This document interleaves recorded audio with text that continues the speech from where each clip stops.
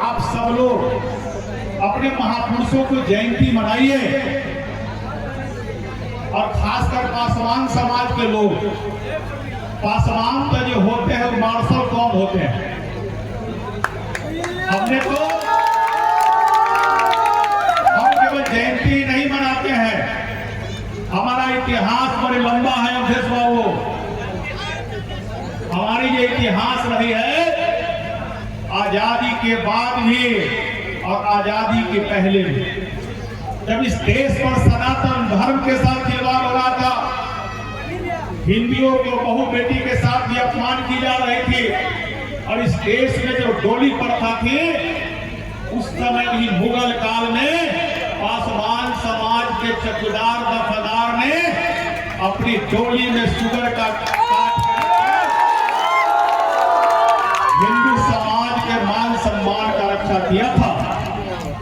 ये आजादी की पहले की बात बताता हूं, जिस समय इस देश पर मुगल सल्तनत का काल था, हिंदू के बहू बेटियों को उठाने डोली उठाने की प्रथा थी, लेकिन आजादी की बाद भी पासवान समाज ने अंग्रेजों से लड़ने में, एक पासवान सेना हुआ करता था सेना के अंदर, वो भी लड़ाई लड़ा करता था। तो हमने इसलिए कहा कि पासवान समाज जो है मार्शल कौम है। और संजय जी सोचते होंगे ये पासवान समाज मार्शल कौम है, तो जैसे आप क्षत्रिय है पासवान भी क्षत्रिय, इसलिए मैं मार्शल कौम का। लेकिन एक निवेदन केवल करता हूं, अपने पूर्वजों की जयंती मनाओ, हम सबको सम्मान करते हैं, लेकिन याद रखना इस युग में शिक्षा से बड़ा कुछ नहीं। आप जयंती मनाइए बाबा साहब भीमराव अम्बेडकर जी का, उनकी बताए हुए भाषण को हम नेता आएंगे भाषण देकर जाएंगे, लेकिन आपके दिमाग में कितना इस बात को अटका है, उसमें से एक काम केवल कर दो। मैं जो कहता हूं मेरे बातों को एक बात कर दो, संकल्प लो आज जयंती के शुभ अवसर पर कि हम सब लोग अपने बच्चों को पढ़ाएंगे। हाथ उठा लीजिए सब लोग, जो तो मेरे बातों से सहमत है हाथ उठाइए। पढ़ाना है ना, सब लोग अपने बच्चों को, परिवार के भाई को बहन को सबको पढ़ाना लिखाना है। और जब आप पढ़ाइए लिखाइएगा तो बाबा साहब का सपना पूरा हो जाए। और आप गरीबी के बहाना बना करके अपने परिवार के लोगों के साथ अन्याय नहीं कर सकते हैं। आप ये नहीं कह सकते हो कि हमारे यहाँ गरीबी है इसलिए नहीं पढ़ाएंगे। इसमें से कोई अब भूखा एक दिन नहीं रहता होगा। ऐसा है क्या जो कोई भूखा रहता है? नहीं रहता है। आप जिस विभाग का मैं मंत्री हूँ, संजय जी ने एक विषय हमसे मांग किया है आवासीय विद्यालय का, वो पूरे बिहार की बात करता हूँ। शिक्षा के क्षेत्र में एनडीए की सरकार जितना काम कर रही है, आज यदि दलित SC/ST समाज के बच्चे, सब समाज के बच्चे नहीं पढ़ेंगे और शिक्षा से मुख्य धारा से नहीं जुड़ेंगे, तब तक इस देश और राज्य का विकास नहीं हो सकता है। देश के माननीय प्रधानमंत्री नरेंद्र मोदी का संकल्प है अब 1947 तक विकसित राज्य बनाएंगे। बिहार के माननीय मुख्यमंत्री शिवराज चौधरी एनडीए के सरकार का संकल्प है, चिराग जी का संकल्प है, जब विकसित बिहार बनाएंगे तो विकसित बिहार और विकसित राष्ट्र तभी बनेगा तो समाज के अंतिम पंक्ति में जो बैठा हुआ लोग है, उस परिवार के बच्चे शिक्षा से जुड़ जाएंगे। इसलिए मैंने आपसे संकल्प लिया कि आप सब अपने बच्चों को पढ़ाओ और लिखाओ। मैं जिस विभाग के मंत्री हूँ, अनुसूचित जाति अनुसूचित जनजाति कल्याण विभाग, इस विभाग के माध्यम से क्लास 1 से लेकर क्लास इंटर तक की पढ़ाई पूरे बिहार में आपके बच्चे के कराता हूँ। उसकी सारा सुविधा, खानाई रहनाई कपड़ा, पढ़ाई की डिजिटल व्यवस्था सारा हमारी विभाग दे रही है। छात्रवृत्ति अब ये लोग ने दोगुना कर दिया है। इसलिए आप पढ़ाइए और पढ़ा करके अपने बच्चों को विकास के मुख्य धारा से जुड़िए।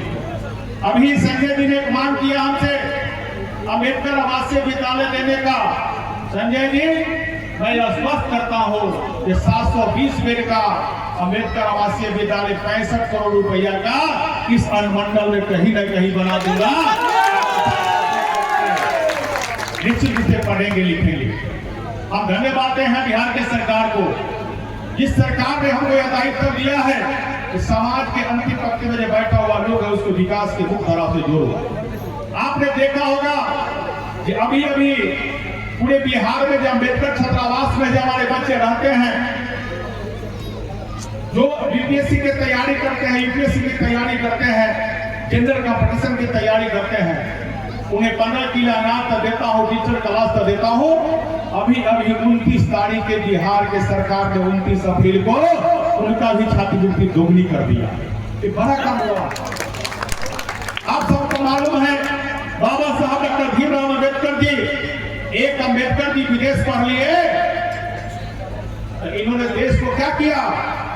जोर से बोलो, संविधान दे दिया। दिया या नहीं दिया? बाबा साहब डॉक्टर भीमराव अम्बेडकर जी एक पढ़े विदेश जाकर कर इन्होंने देश को संविधान दिया। आज आप सबको मालूम है भारत सरकार और देश के माननीय प्रधानमंत्री नरेंद्र मोदी जी ने ये योजना लाई है, नेशनल, जो बच्चे विदेश पढ़ सकते हैं, नेशनल ओवरसीज स्कॉलरशिप स्कीम। यह योजना भारत सरकार में लागू है। यह योजना बिहार सरकार में लागू नहीं था। जब मैं बिहार सरकार में मंत्री बना और भारत सरकार के मंत्री के साथ हमारी डॉक्टर वीरेंद्र जी के साथ हमारी बैठक हुई, तो उन्होंने कहा बिहार में योजना लागू नहीं है। हमने कहा कि मैं प्रस्ताव देता हूं, और मैंने प्रस्ताव दिया और 1 महीना के अंदर भारत सरकार ने देश के माननीय प्रधानमंत्री ने बिहार में योजना लागू किया है, national overseas scheme, scholarship scheme. इस योजना के माध्यम से 123 सीट बिहार को मिला है। 123 बिहार में SC ST समाज के बच्चा, गरीब समाज के बच्चा विदेश जाकर पढ़ सकते हैं, और 1 करोड़ रुपया भी खर्च होगा तो वो पैसा कौन देगा? भारत सरकार देगी। योजना बिहार में लागू होगी। इसलिए मैंने कहा कि एक हम बाबा साहब डॉक्टर भीमराव अम्बेडकर जी विदेश पढ़ लिए, इन्होंने संविधान को लिख दिया। अब तो देश के प्रधानमंत्री नरेंद्र मोदी जी और बिहार के एनडीए की सरकार सैकड़ों में SC ST समाज के बच्चों को विदेश भेजना शुरू कर दिए। तो बाबा साहब का सपना साकार हुआ कि नहीं होगा?